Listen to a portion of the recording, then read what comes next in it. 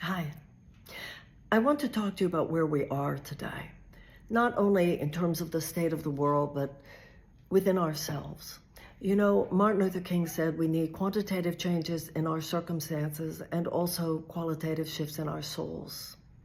And sometimes in life, you don't have control over what's happening, but you always have control. You always are at choice into who you choose to be in the space of what's happening. And who we choose to be in the space of what's happening goes far towards determining what happens next, because it determines how we experience life, and how we experience things determines whether or not we can endure the rough things and whether we can ultimately transform them.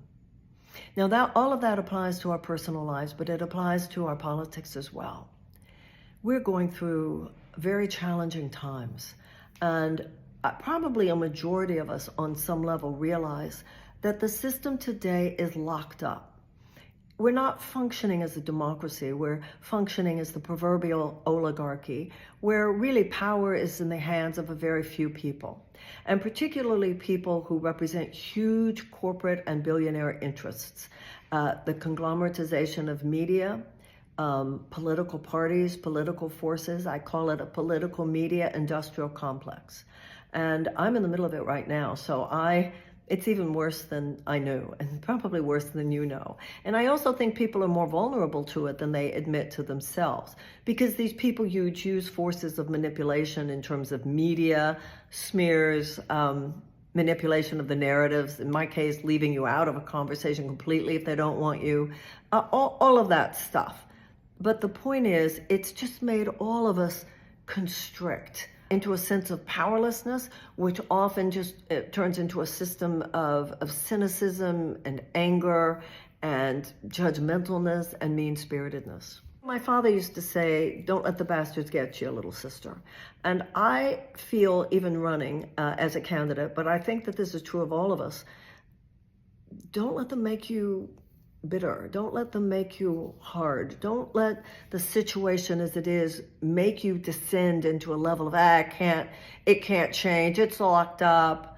This kind of bitterness that can set into all of us. And believe me, like I said, I'm going through a situation right now as a candidate where I see that, the temptation, you could just get bitter, you could get, I'm abused, I'm traumatized, all that stuff we can so get into woundology.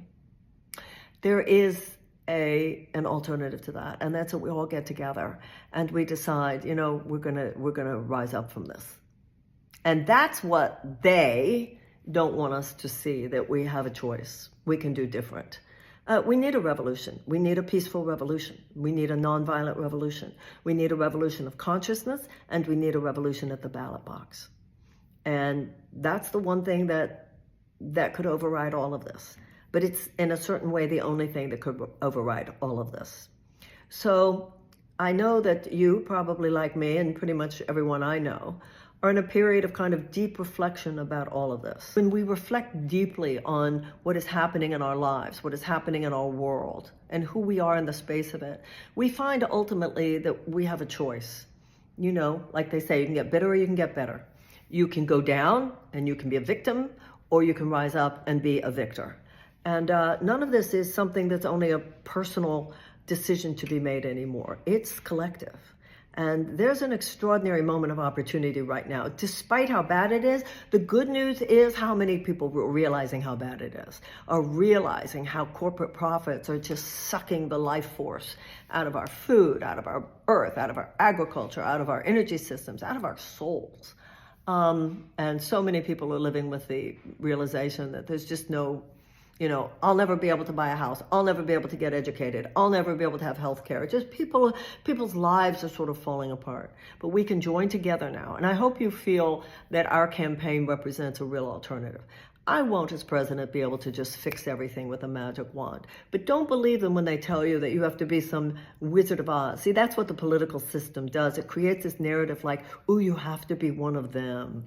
You have to be one of the political car mechanics. They know what they're doing. That's just this Wizard of Oz thing. I've sat in a room with enough politicians. They're just people. They don't have any special knowledge. It doesn't work that way. Because the problem is not that we don't have enough political car mechanics in Washington. The problem is that we're on the wrong road. The problem is not that we need another technocrat. The problem is we need a visionary. I am not the greatest visionary in the United States, but I'm the only one running for the Democratic nomination for President of the United States. And I hope that you'll go to Marianne2024.com and support this campaign and support it now. If we don't have the resources to continue, we will not be able to override the fact that they don't have me on their shows. It's really kind of extraordinary, but we can't languish in that. We can't just go, oh, I was going through something in my own mind yesterday, and I realized, self-pity doesn't help. Any unforgiveness of myself or others doesn't help. We've got to rise up and simply say we're going to change things now. And whether this campaign makes it all the way or not really depends on whether or not we rise up and make it happen. But we're leaning against that wall. And at some point, that wall of obstruction that is keeping really the will of the people and the happiness of people and the creativity of people and the productivity of people from just bursting forth, that wall is going to come down. And it's going to come down. It's a yearning in enough people's hearts. But this is a moment to do everything that we possibly can. So don't go down. Don't go into... I know it's really tempting for all of us to just get depressed about the whole thing. And I'm sure we all have our times when we wake up in the middle of the night just feeling like, when will it ever break? And things aren't the way they're supposed to be. Well, you're right, they're not.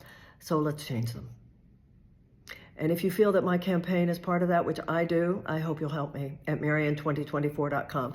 No one president, no one political campaign, no one nonprofit, no one book, no one person is going to make the change. All of us together, and the change is coming. That's the way it is. That's the way it works.